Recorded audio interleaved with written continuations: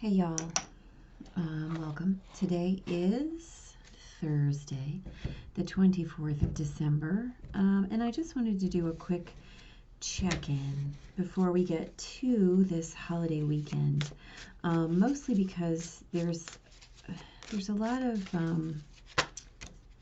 grind right now. There's a lot of Chiron issues. Chiron is squaring Mercury and the Sun right now. And so I talked in the weekly What's Up about having a lot of fire and earth, right? Because here's the thing, we've also got Pluto squaring Mars. And so there are a few ways to deal with this energy. There are a few ways to approach this energy. There are a few ways to process it. And so, wow, mercy gracious. Okay, we're just gonna let that be right there. I had this weird feeling about majors, so there we go. At any rate,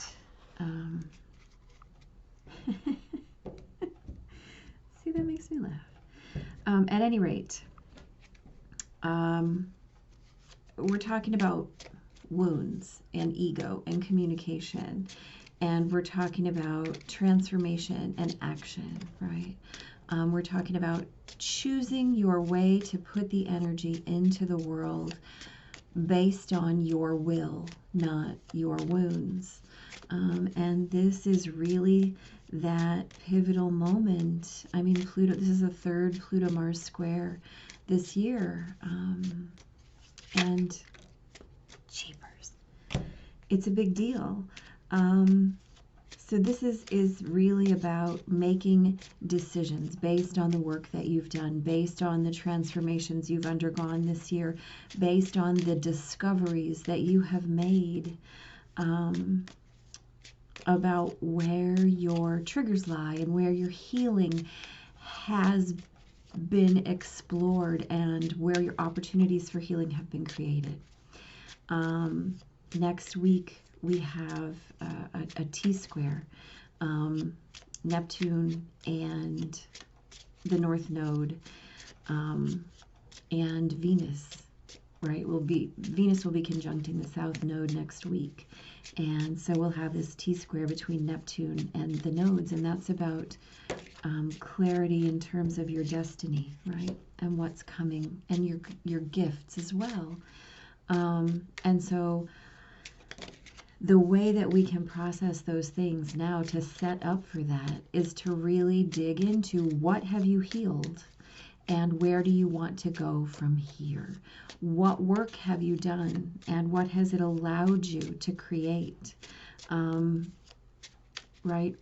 How have you transformed, right? What have you actually let go of? What have you transmuted? What have you alchemized this year? And how are you acting within that transformation? How are you choosing to create not just yourself, right, in your everyday choices, but your environment, your your relationships, your responsiveness as opposed to your reactions, right? How are you choosing to communicate those things, right? We've got Mercury conjunct the Sun right now in Capricorn. Again, this is that opportunity for you to sink into the new energy slowly and gently.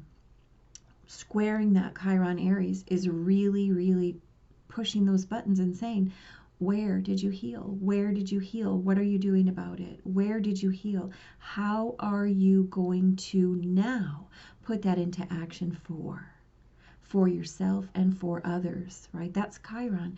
Chiron is about healing, but it's also about what you do with your healing. Not just what did you heal, not just how did you get here, right? Those things become irrelevant when you're healing. It no longer matters how you got where you got. It only matters that you got there. It only matters that you've created healing for yourself. And then you take the you take up the mantle to help others who are looking for healing. You take up the mantle to continue your own work so that you can hold that space for others, teaching them and helping them and holding space for them, right? That's that Chiron energy.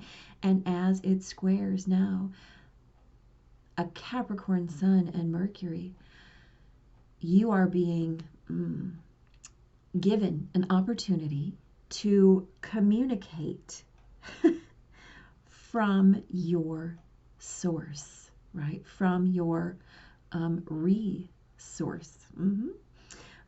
And with Pluto squaring Mars in the same signs, right? This is about, how are you going to show me your transformation? How are you going to put it into action? Are you going to be reactive, or are you going to be responsive? What did you actually learn? What did you actually learn? And this is that moment where it's not about knowing what you learned. It's about showing what you learned, right? It's no longer about knowing it. It's about showing it. Yeah.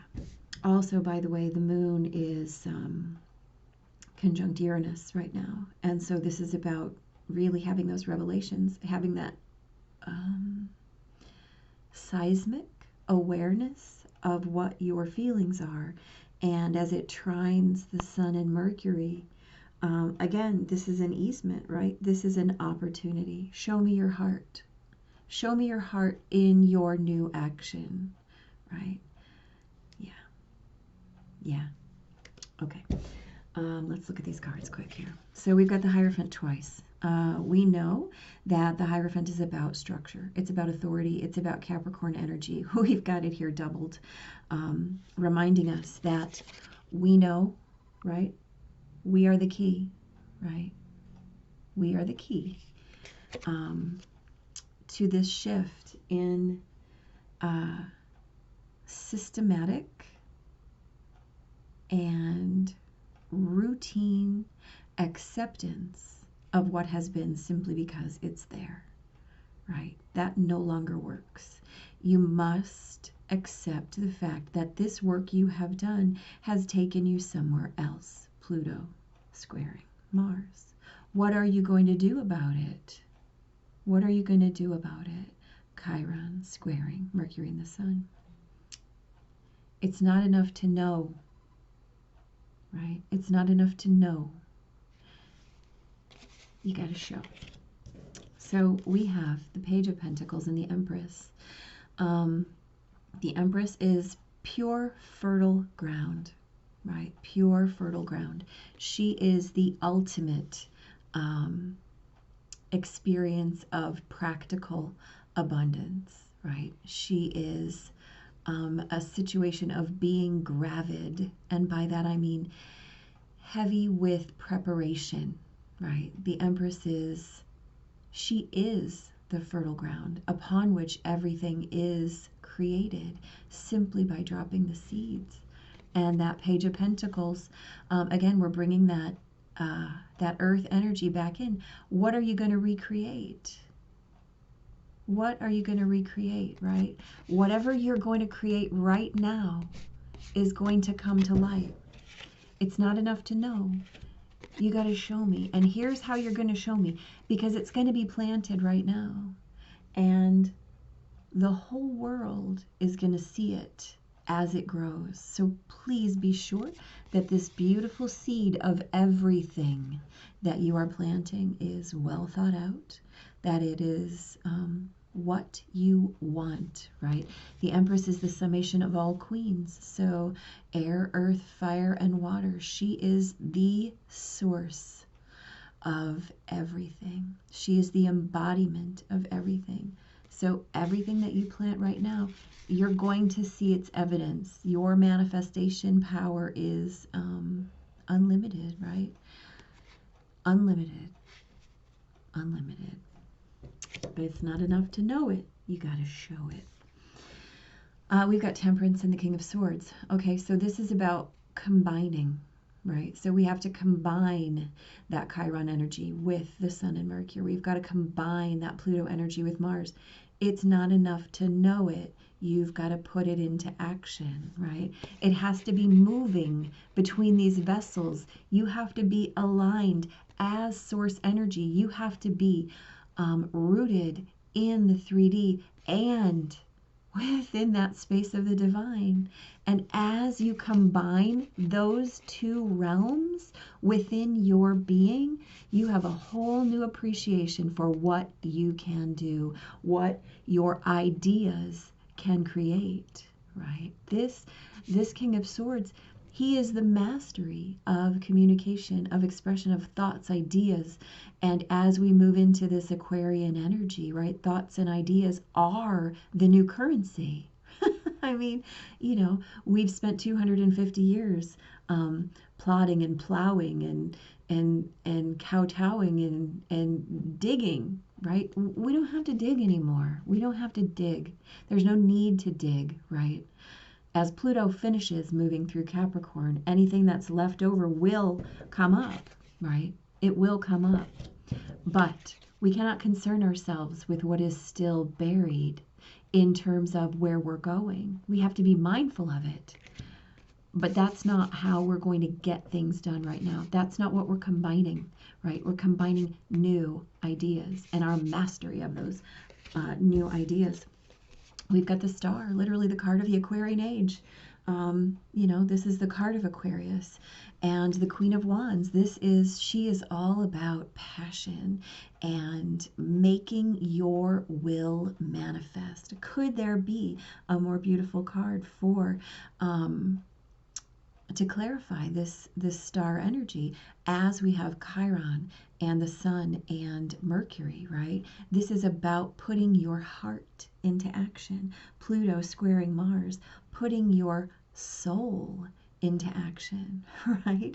So as we have this card of divine blessing, right? Literally the stars supporting us, bringing us that emotional balance, that new awareness, that new way to be, right? We are heart driven, 100%. Our passions, our souls, our hearts are what are creating. It is no accident, right, that we have these three majors of these three suits sitting here clarifying these three the three minors, court cards clarifying three majors. You know, it's all covered here. The old, hello, goodbye, my friends. Now we have these new things to consider. You know, the Empress, Temperance, and the Star. This is all about newness, recombining, having that beautiful fertile ground, and really having tapped in to the divine. Right? And here we have new ideas, the boundless resource for those new ideas, and the heart to create whatever we can think of. I mean, it's all about can we get through our triggers? Can we really accept that we are being asked to create from them? From that work, from the work that we have done, right? Okay, there you go, my friend. Thank you. I was so worried we'd get mending again.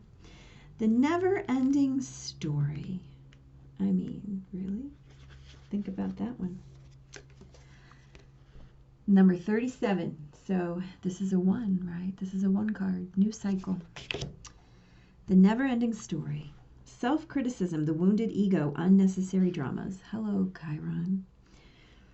There is a story woven through the imperfect fabric of life that tells of hurt and loss, rejection and humiliation, self-loathing and arrogance, and all manner of suffering born of unnecessary dramas. The old story whose refrain... hold on one moment, please. The old story whose refrain is that you cannot do this You must not go there. You should not say that, lest your world come crumbling down. Today, know that none of this is actually true. The sky is not falling. The voice you hear is just a small, scared, conditioned part of you that got stuck in a lie, wants to protect you, needs to be seen as a victim. Love that lost piece of you. Fear is all it knows. Distorted guidance is preventing you from being true to yourself. You are not your story, and the narrator is simply the voice of your fearful part, small and vulnerable and easily soothed. So I would like to also say, what comes before the star? The tower. The tower comes before the star in the minor sequence, in the major sequence.